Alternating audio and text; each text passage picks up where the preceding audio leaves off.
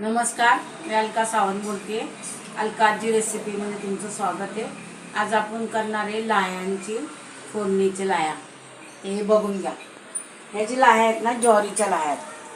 तर ह्या अशा डायबिटीज शुगरवाल्याला BP वाल्यांना खायला खूप चांगल्या असतात ह्या, पण अशा खावत नाही माणसांना. म्हणून मी काय करणार आहे, त्याला फोडणी मारणार आहे थोडी. तर हे लाह्या आहेत आणि हे शेंगदाणे घेतले मी, थोडीशी भाजून घेतले, कारण ते कच्चे शेंगदाणे दाताखाली येते म्हणून थोडे भाजून घेतले. हा लसूण घेतला, तुम्हाला घ्यायचा घ्या ना खाली. कढीपत्ता घेतला, मिरची घेतली. आता हे मी मोठं पातेलं ठेवले बघा. आता त्याच्यात आपण टाकणार आहे तेल. आता आपण हा लसूण टाकणार आहे. तेल टाकले बघा, लसूण टाकणार आहे आणि 1 चमचाभर मोहरी टाकणार आहे.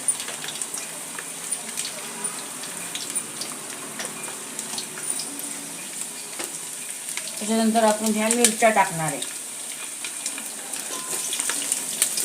कढीपत्ता पण टाकणार आहे.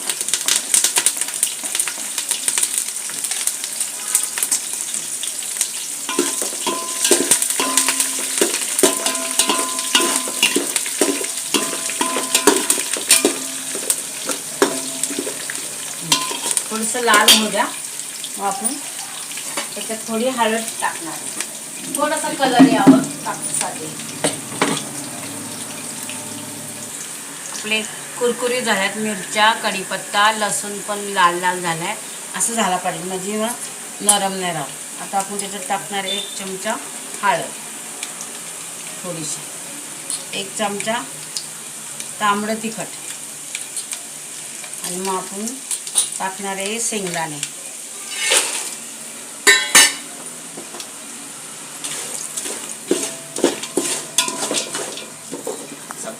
लाल झाले. आता टाकणार आहे लाह्या. लाह्या मी साफ करून घेतल्या होत्या, चाळून स्वच्छ चाळून. काही कचरा त्याच्यात ज्वारी असते ना अख्खी अख्खी, मग ती दाताखाली येते. आता बघा आपला असा चिवडा पण झाला, छान बसल्या बसल्या खायला पण झाल्या. मुलं पण खाऊ शकतात, असं काय नाही. पण जास्त डायबिटीजवाल्याला आणि ज्याला शुगर आहे त्याला या लाह्या खूप छान आहेत खायला.